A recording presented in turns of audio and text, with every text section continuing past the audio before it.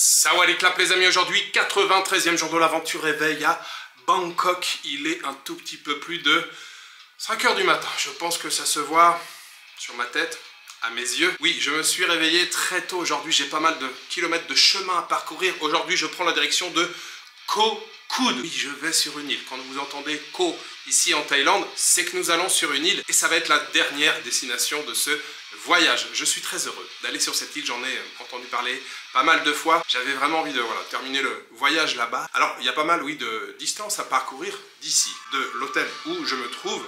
À Bangkok, là, il faut que j'aille à la gare routière d'Eka Mai. C'est la gare routière qui dessert les grandes destinations au sud-est du pays. De là-bas, il faut donc rejoindre la ville de Trat et je crois que c'est entre 4 et 5 heures de trajet. Une fois que je serai à Trat, il faut ensuite rejoindre la côte, l'embarcadère, et puis ça sera entre 1 heure et 1 heure et demie, je pense, de traverser pour arriver sur l'île de Koh Kood. Alors j'ai quitté Ban Krut, cette petite station balnéaire qui était ma foi très agréable. J'ai adoré mon séjour là-bas, je suis resté quasiment 4 jours, même si le dernier jour il m'est arrivé un petit problème et je vous expliquerai tout ça une fois que je serai arrivé tout à l'heure à Koh Kood, mais je vous préviens tout de suite, vous risquez de me voir dans un drôle d'état. Alors, je suis déjà dans un drôle d'état puisque je ne suis pas vraiment très bien réveillé, mais je vous expliquerai cette petite histoire une fois que je serai à Koh Kood. Voilà, c'est parti pour une nouvelle journée d'exploration direction l'île de Koh Kood.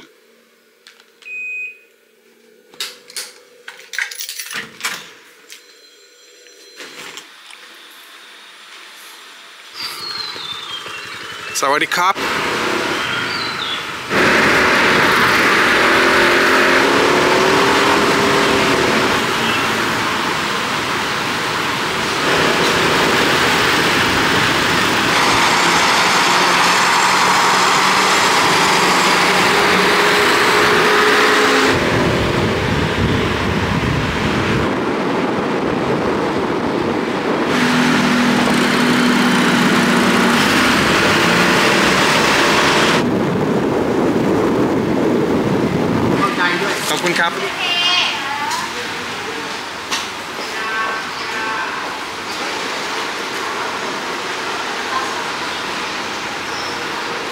Bienvenue à la gare routière d'Eka Mai les amis. Oui, ça a pris du temps pour venir, j'étais un peu loin déjà de la gare. Et puis même à 6 h du mat, il y a des bouchons ici à Bangkok. Bon, ça allait, hein, ça roulait plutôt bien, mais ça a quand même pris un petit peu de temps. Le prochain départ est à 7 h. Voilà, il n'y a plus qu'à patienter.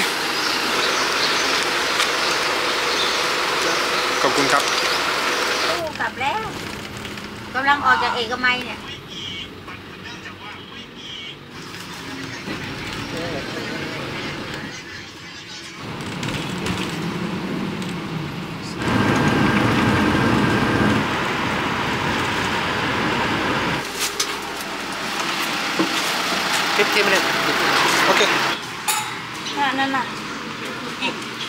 Alors c'est l'heure de la pause les amis, j'en profite pour manger, j'ai la dalle, il y a seulement un quart d'heure de pause, donc il n'y a pas de temps à perdre. Du sucre, du piment, ah c'est ça que je veux.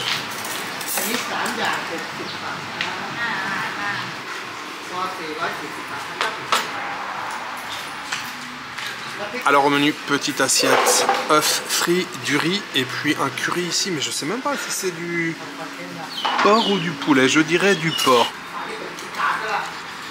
Ça fait du bien de manger une bonne petite assiette à 50 bahts, fait à peu près 1,50 €. Par contre je suis éclaté, alors je suis éclaté vivement ce soir, j'espère que le lit va être confortable.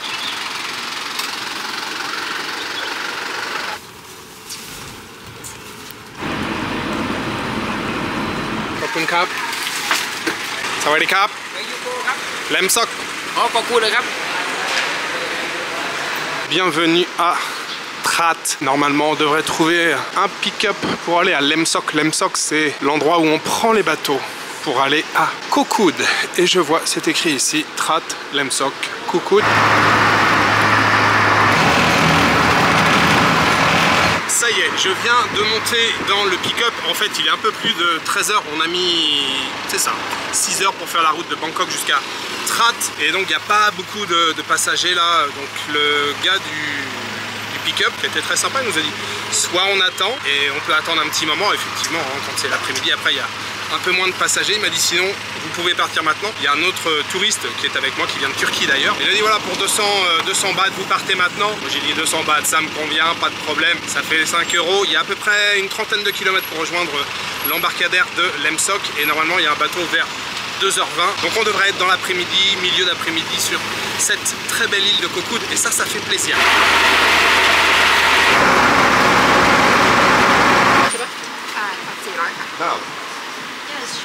Le pick-up nous a laissé à l'endroit où on achète les tickets, 600 bahts. Et donc maintenant on prend une petite navette pour rejoindre le bateau qui est juste à côté. Hein. C'est voilà, je sais pas, il y a 1 ou 2 kilomètres.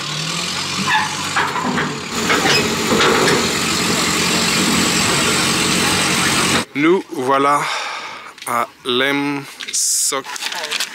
Thank you.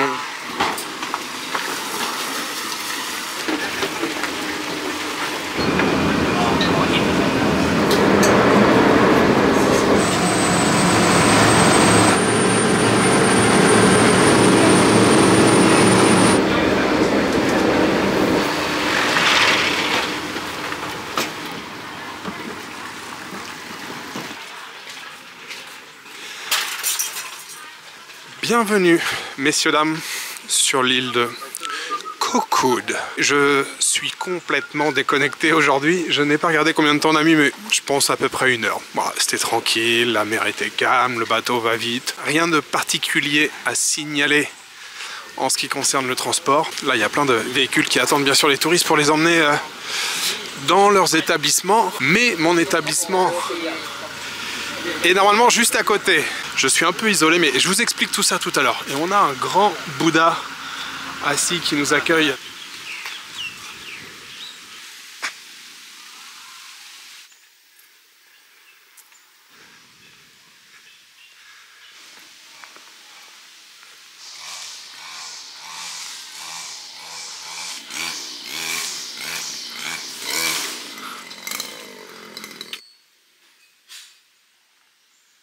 Je viens de faire le check-in et je suis dans ce joli bungalow rose.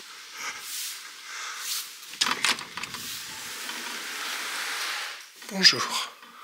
J'ai marché seulement 7 minutes pour arriver ici. Alors c'est l'un des rares établissements qui se trouve juste à côté du débarcadère de bateaux. Il n'y a pas de village ici en fait, hein. Le village principal il est de l'autre côté. Pourquoi j'ai choisi de venir ici? Parce qu'on est un peu isolé, hein. Ici on est obligé de prendre le scooter si on veut aller se balader sur les plages ou dans le village. Eh bien, comme vous l'avez remarqué, je pense déjà depuis un petit moment, ce voyage en Thaïlande, je le fais complètement à l'arrache. Je le fais au jour le jour. J'avais pas réservé d'établissement. Et c'est vrai qu'on est dans la saison touristique en ce moment. Il y a quand même pas mal de touristes ici en Thaïlande. Et il y a seulement 2 ou 3 jours où je me suis dit, je vais quand même regarder les hébergements parce que peut-être que ça va vite se remplir. Et en fait, il n'y avait quasiment plus rien de disponible. Alors peut-être que ici sur le tas, si on se balade dans la rue, peut-être qu'il reste quelques chambres de disponibles. Mais quand je suis allé sur Booking il y a 3 jours, il y avait déjà quasiment plus rien disponible. Dans le village, il restait 2 ou 3 options, on va dire, dans mon budget. Mais après, il y avait 2 ou 3 options, mais qui étaient vraiment voilà, plus luxe. Il y avait donc 7 endroits. Il y avait à peu près l'équivalent dans le village. Et finalement, en lisant les avis sur cet établissement qui s'appelle Ao Salat, j'ai eu vraiment que des avis dithyrambiques, voilà, que des avis très élogieux. Vous êtes à l'écart du village, oui, il faut la moto pour se déplacer, mais c'est tranquille, il n'y a pas de bruit et tout. Ils louent même directement des motos dans la guest. Ils ont un restaurant, la bouffe apparemment est délicieuse et bon marché. Et finalement, je me suis dit, pourquoi pas? Et puis de toute façon, j'avais prévu, même si j'étais dans le village, j'avais prévu de prendre une moto tous les jours. Donc voilà, au bout du compte, je me suis dit, si c'est un endroit calme, tranquille, les avis sont vraiment positifs, hein, très positifs sur Booking, mais également sur Google Maps. Bref, je vais vous montrer donc l'établissement et je paye 23 € la nuit. J'ai donc une grande chambre avec 2 lits doubles. Je peux accueillir du monde, hein, s'il y a des gens qui veulent se joindre à moi. Là, une petite table avec ces 2 chaises. On a une autre petite table, un frigo, télévision bien sûr, un miroir. Petit bureau ici pour travailler. Ah ben non, je ne travaille plus.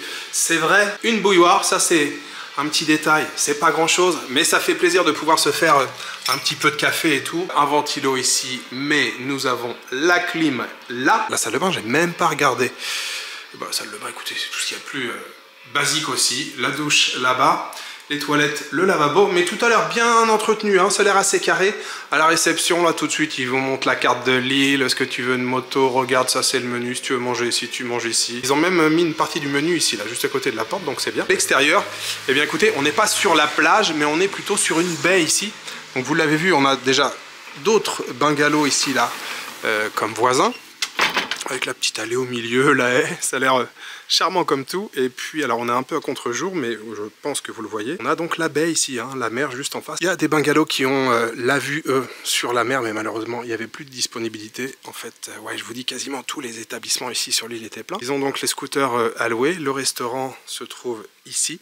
Peut-être que ce soir, je testerai le restaurant. Parce que j'ai déjà pris la moto, en fait. Hein. J'ai plus d'argent, donc il faut que j'aille retirer de l'argent. Il y a des distributeurs dans le village principal.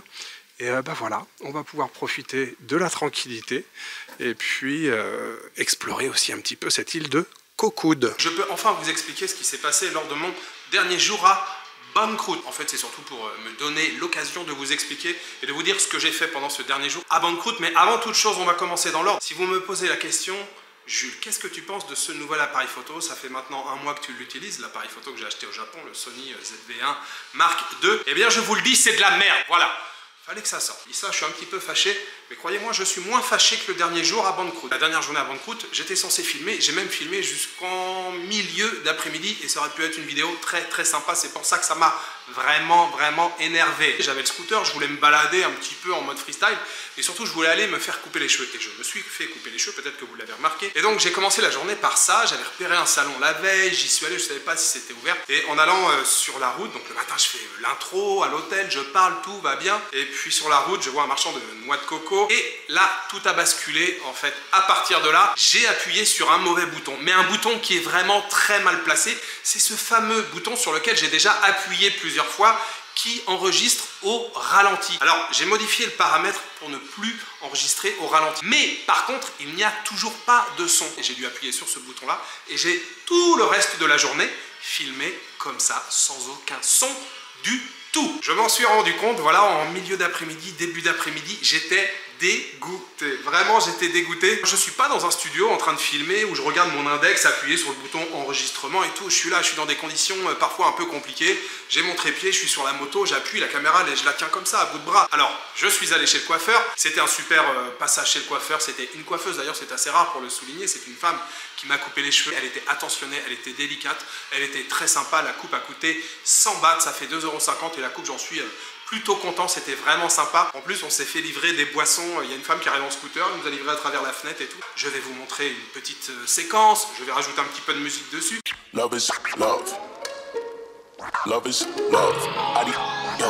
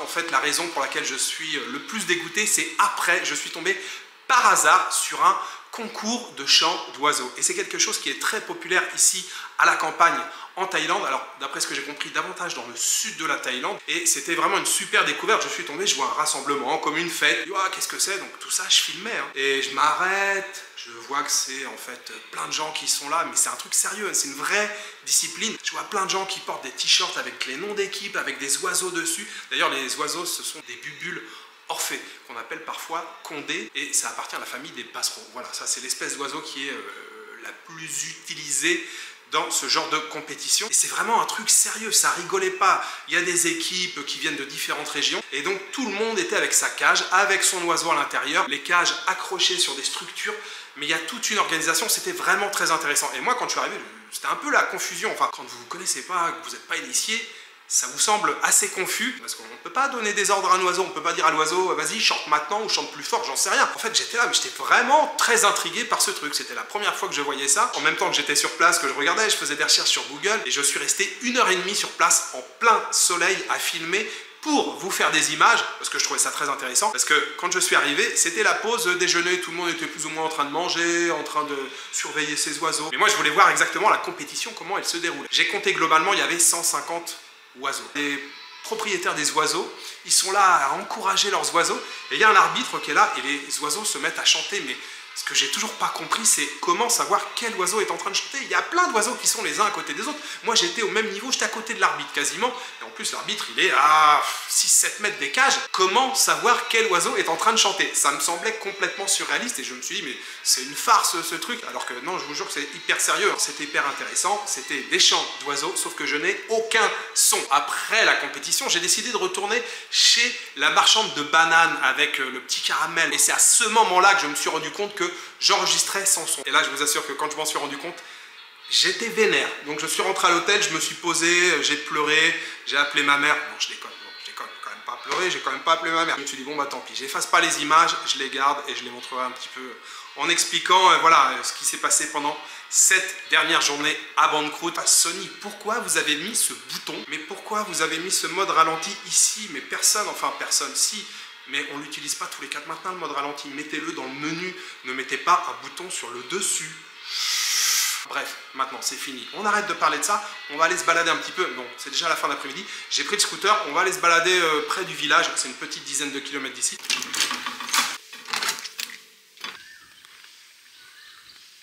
Alors effectivement, comme je l'ai lu dans les commentaires, ça a l'air hyper tranquille ici. Hein. Ah mais il y a une piscine? Non. Si? Ah mais si. Il y a une piscine. Ouais, la situation de l'établissement est pas mal. Hein. Ils ont les premiers bungalows là devant. J'imagine avec la vue sur la mer, la piscine, la réception restaurant juste en face. Et puis il y en a aussi 2 là qui sont vraiment au premier plan là juste devant.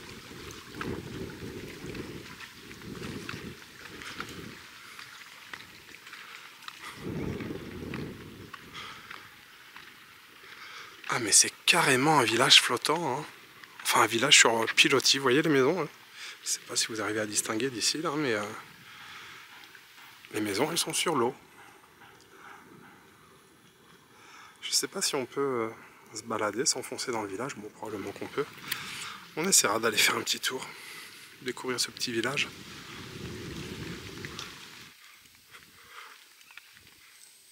Numéro 14.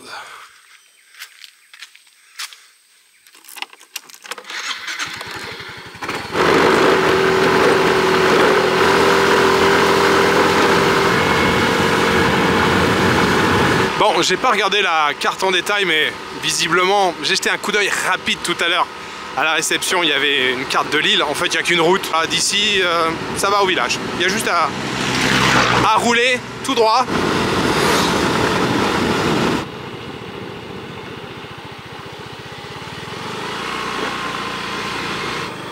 Voilà, on arrive dans le village et c'est très beau. Regardez cette porte là, il y a un temple juste à côté. Avec les cocotiers là, c'est très très beau, très joli.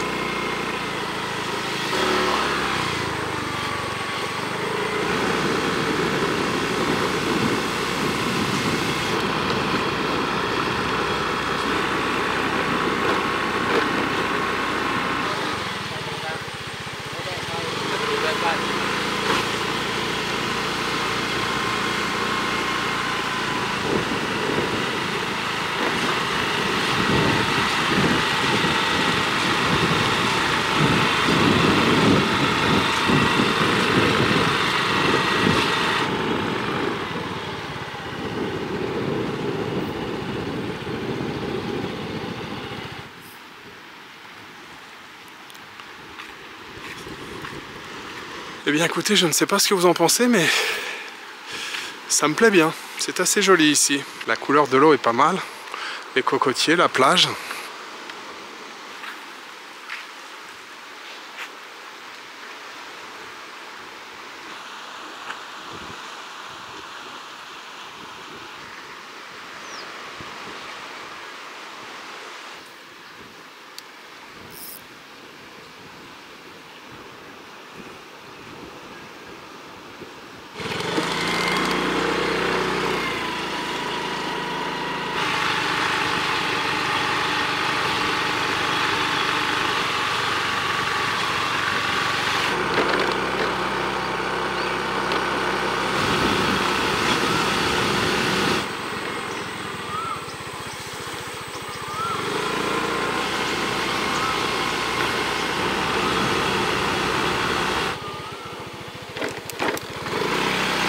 Alors écoutez, tout ce que je vois pour l'instant là, c'est plutôt pas mal, hein. Une belle nature généreuse, une végétation luxuriante. J'ai repéré un café, Gatti Café, qui m'a l'air très très sympa. On va aller voir si on peut prendre un café. J'ai plus beaucoup d'argent, mais je devrais avoir assez, je pense, pour me payer un café glacé. Wow, regardez ce petit jardin, on a la mer juste en face. Wow, wow, wow, wow, wow.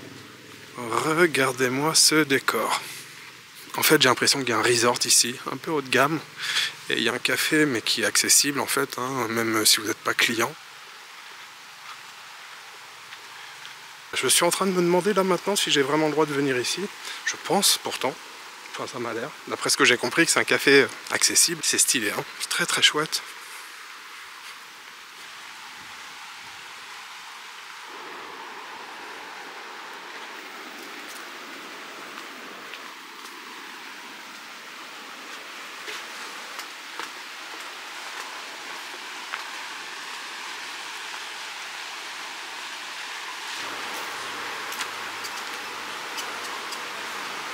Alors oui, je suis bien les amis au Gatti Café. Et regardez-moi ce décor. Le soleil va bientôt se coucher. Petite terrasse, végétation, les rochers, le bruit de la mer. C'est plutôt stylé. Mais je pense que je vais venir ici tous les jours en fait. Comme c'est chouette.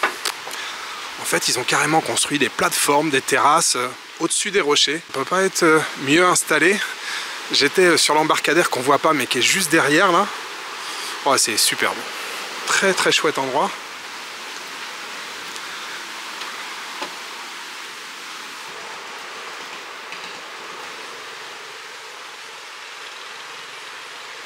Alors pour cette petite fin d'après-midi, je me suis pris un soda aux fruits de la passion. C'est une dinguerie. C'est trop trop bon. Et puis j'ai pris un cake au café qui m'a l'air aussi pas mal. En plus dans un cadre vraiment sympa. Et écoutez, j'ai envie de vous dire, bienvenue à Cocoud les amis. Ça sent bon le café. Au niveau du goût, c'est très bon. Ça se marie vraiment bien avec la génoise, là, le rapport quantité crème génoise. Alors avec les petites noix de pécan à côté.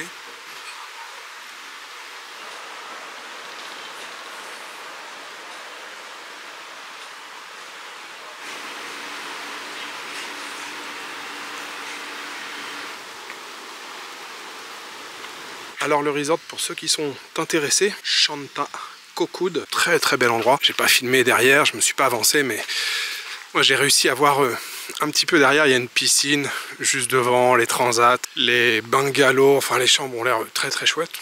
Bel établissement.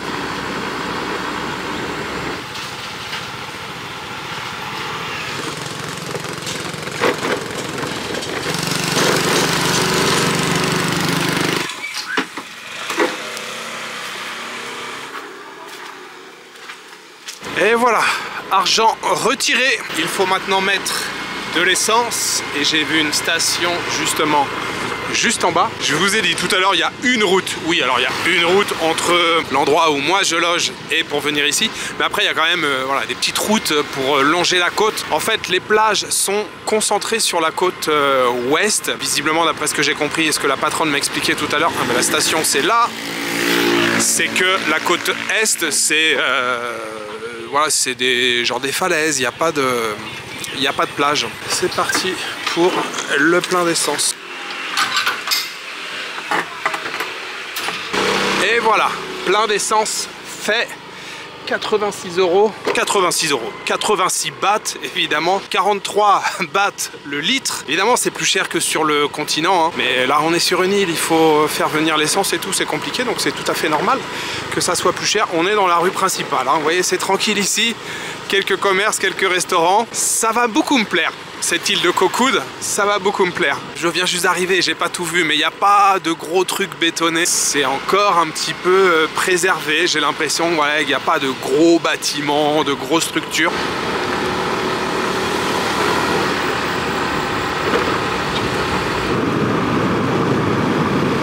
Welcome to Cocoud!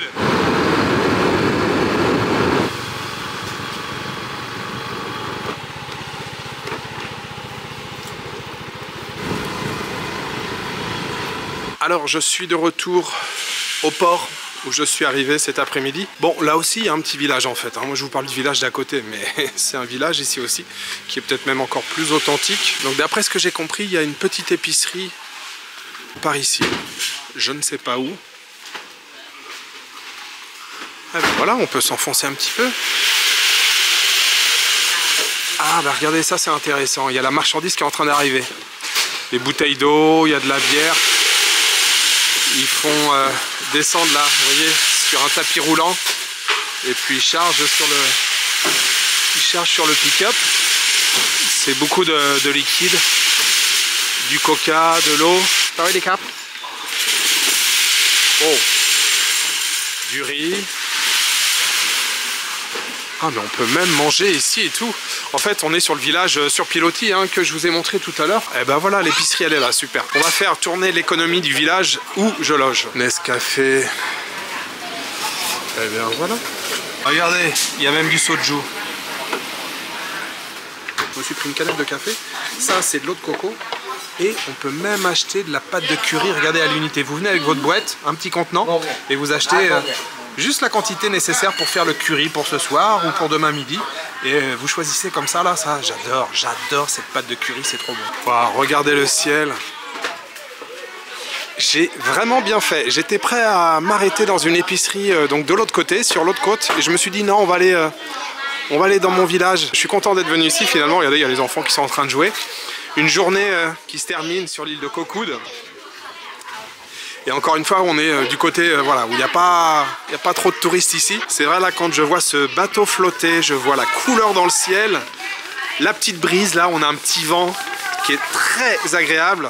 Au niveau des températures, c'est le meilleur moment de la journée. Le petit hôtel ici, le petit temple, les maisons donc sur pilotis. On est au-dessus de l'eau, hein. On est juste au-dessus de l'eau. Les gamins qui se rassemblent, qui jouent un petit peu ici. Non, c'est sympa, j'aime bien ce genre d'ambiance. J'avais dit que je viendrais demain le visiter, ce village. Bon, de toute façon, c'est pas très grand, hein. Je vais m'arrêter là. On va aller manger. Hello. Hello, sawadee krap.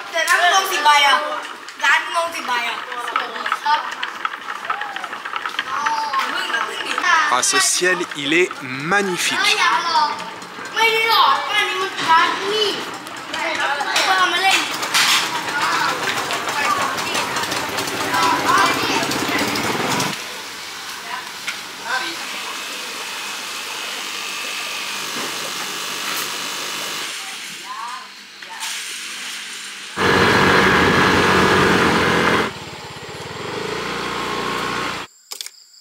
Ah, en plus j'ai la dalle.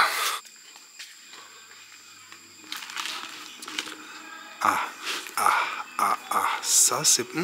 Panang curry, ça c'est pas mal. Alors au menu ce soir, regardez, un joli curry. Et j'ai pris un curry Panang. C'est un classique hein, des currys thaïlandais. C'est un curry vraiment que j'aime bien. Normalement avec une saveur d'arachide assez prononcée. D'ailleurs le mot Panang, apparemment ça viendrait du nom de Penang, de l'île de Penang où j'étais il y a un an. Vous savez, l'île de Penang avec la ville de Georgetown qui est très sympa à découvrir, qu'on avait découvert ensemble il y a un an. Et puis je me suis pris une bouteille de thé. Alors c'est la première bouteille de thé sucrée que je prends depuis que je suis arrivé en Thaïlande. Je vous souhaite un très bon appétit. Clairement, on sent le goût de cacahuète, vraiment, un petit peu épais. Il y a du lait de coco bien entendu, c'est plus que validé. Fin de ce premier petit aperçu de l'île de Kokoud, et même si c'était un petit aperçu, le peu que j'ai vu, ça m'a donné très envie. Ça m'a donné très envie d'en voir plus. C'est vrai que voilà, les paysages de ce soir, le coucher de soleil, c'était magnifique. Sinon, à la fin d'après-midi ici à Kokoud, là, dans le café qui s'appelle Gati, c'est ça, qui se trouve donc dans l'enceinte d'un resort. Alors le soda à la passion là, ça c'était super. Je ne sais pas si elle a rajouté un ingrédient secret dedans, mais c'était tellement bon. Le côté sucré et acide du fruit de la passion, c'était vraiment très bon. En plus tout ça en regardant le soleil se coucher. Et puis le dîner ce soir là, Panang curry, très bon. Et j'ai payé ce soir avec la bouteille de thé 95 bahts, ce qui fait à peine 2,50 €. Donc le dîner de ce soir, et puis ce moment très agréable au bord de l'eau, j'aimerais le dédier aux tipeurs. J'aimerais remercier aujourd'hui Eric Sharkey, Cathy Aper et Tevi Mine, merci beaucoup à vous trois pour votre soutien, merci pour votre générosité, vous le savez, je me répète, mais les tipeurs, vous m'aidez énormément dans cette aventure, donc un grand merci à vous, c'est très bonnes choses, elles étaient pour vous. Et puis, si vous aimez regarder ces vidéos, si vous avez envie de me soutenir, n'hésitez pas à vous abonner. Voilà, il me reste juste à vous souhaiter une bonne soirée, une bonne nuit ou une bonne après-midi. Je vous donne rendez-vous demain pour une nouvelle journée en Thaïlande. Ciao, bye bye.